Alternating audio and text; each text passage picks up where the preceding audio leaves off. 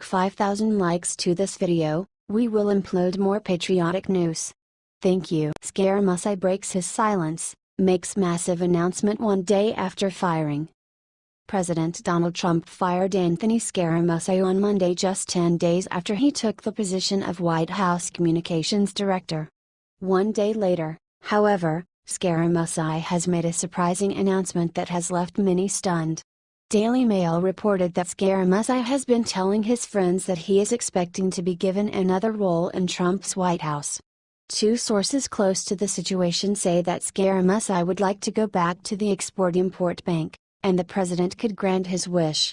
Scaramucci has not left Washington, D.C. since his firing, and he was spotted on Tuesday at Trump International Hotel, a few blocks down from the White House. Earlier today, Corey Lewandowski, ex-campaign manager for Donald Trump, went on Fox and Friends to say that he expects the president to give Scaramucci, a major Republican bundler, a job elsewhere in the administration. "I think so," Lewandowski said.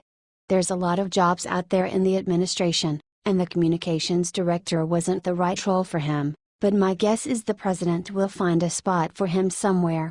Scaramucci was fired days after he had a meltdown on former White House Chief of Staff Reince Priebus, who he called a effing paranoid schizophrenic, then claimed that unlike Trump's chief strategist, he's not trying to suck my own CK.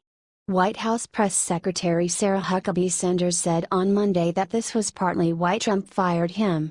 "The president certainly felt that Anthony's comments were inappropriate for a person in that position," Huckabee Sanders said.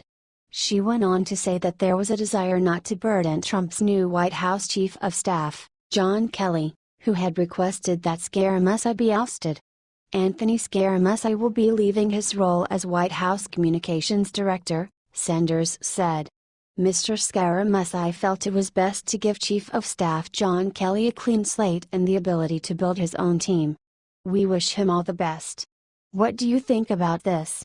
Let us know your thoughts in the comments section."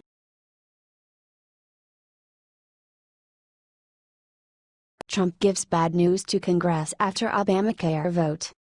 Congress has been unable to follow through on any of their promises to the American people, most notably their promise to repeal and replace Obamacare. Last week, the Senate voted down a measure that would have repealed the disastrous healthcare bill. President Trump, like the American people, has become fed up with Congress. That's why he issued them a major warning. He announced on Twitter a more proactive tactic to get Congress to repeal and replace Obamacare. And this new route will be decidedly less carrot and a whole lot more stick. Alan West pointed out that although Congress' love of pork is well documented, it is Trump's threat to end insurance company bailouts that will not go unnoticed. National Review reported, the Obama administration set in train an unholy trinity of bailouts that could pay health insurance companies $170.8 billion in the coming decade. These bailouts are intended to compensate insurers for the massive losses they incur under Obamacare. Covering people with pre-existing conditions, for example, is, as one might imagine, not the most profitable business strategy an insurer could take. But even with help from the government, many insurers are struggling with massive losses and respond by pulling out of the Obamacare exchanges altogether. If Trump ends bailouts altogether, not many insurers could survive.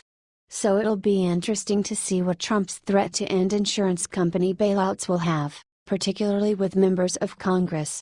Are you fed up with Congress for failing to get anything done? Sound off in the comments section.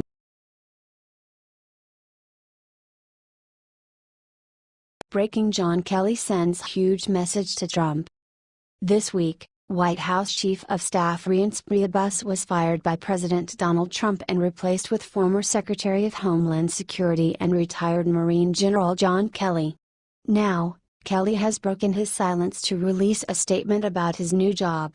"I have been fortunate to have served my country for more than 45 years, first as a Marine and then as the Secretary of the Department of Homeland Security," Kelly wrote, according to Politico.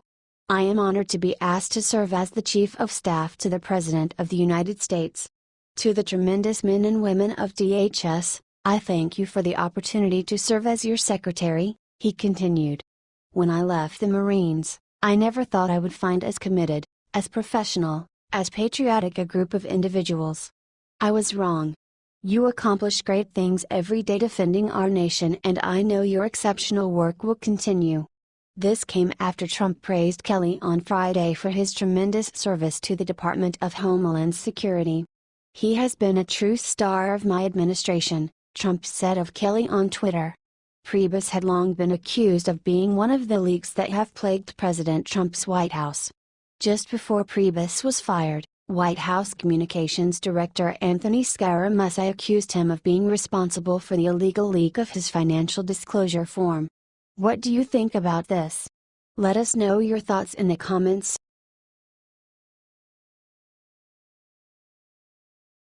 Bill O'Reilly stuns fans with major announcement.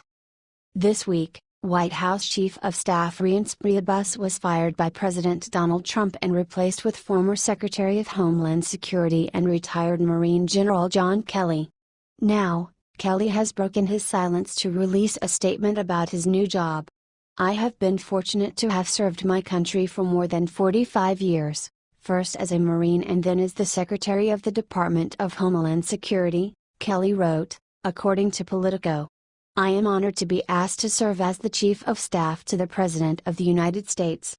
To the tremendous men and women of DHS, I thank you for the opportunity to serve as your Secretary," he continued. "When I left the Marines, I never thought I would find as committed, as professional, as patriotic a group of individuals. I was wrong. You accomplish great things every day defending our nation, and I know your exceptional work will continue." This came after Trump praised Kelly on Friday for his tremendous service to the Department of Homeland Security. "He has been a true star of my administration," Trump said of Kelly on Twitter. Priebus had long been accused of being one of the leaks that have plagued President Trump's White House. Just before Priebus was fired, White House Communications Director Anthony Scaramucci accused him of being responsible for the illegal leak of his financial disclosure form. What do you think about this? Let us know your thoughts in the comments section.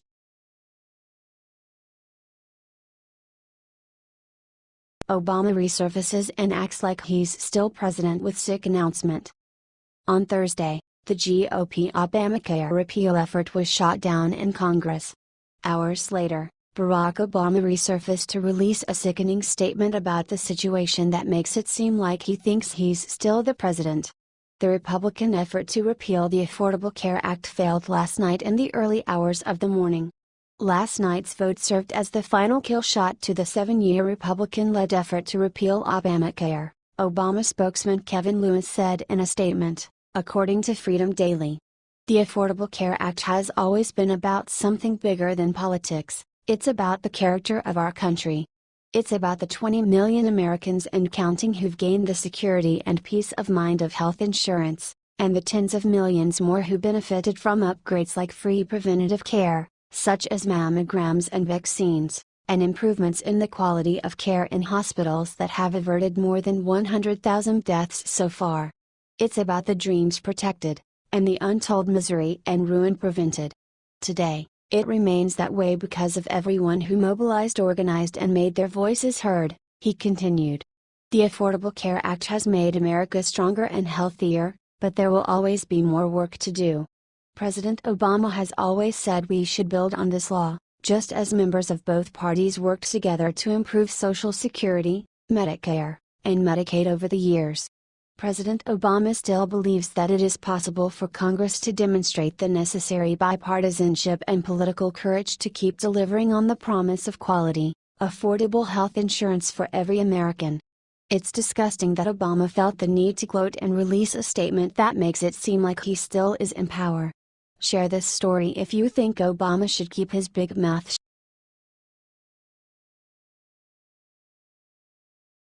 Obama running war room 2 miles from White House, trying to destroy Trump.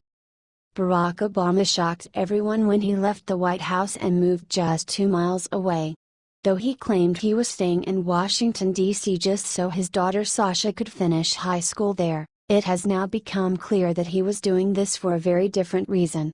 The Gateway pundit reported that political pollster and one-time aide to former President Bill Clinton Dick Morris dropped a bombshell on Thursday when he revealed that Obama and a group of aides have set up a secret war room tasked with stopping President Donald Trump and his agenda. The war room reportedly holds 2 conference calls daily to hash out media talking points, with a particular focus on health care. These calls are held at 8:30 a.m. EST and 9:45 a.m., and Kathleen Sebelius, former Health and Human Services head, and Andrew Slavitt, former head of the Centers for Medicare and Medicaid Services, are both active in the secret group. This isn't the first time details about this war room have leaked. 2 months ago, it was revealed that former Obama aide Valerie Jarrett moved in with the former First family to plot against the current administration. A source close to Obama said that the former president was originally reluctant to lead the resistance against Trump. No longer the most powerful man in the world, he was just observing Trump and not liking what he saw, said the source. He was weary and burned out after 8 years in office.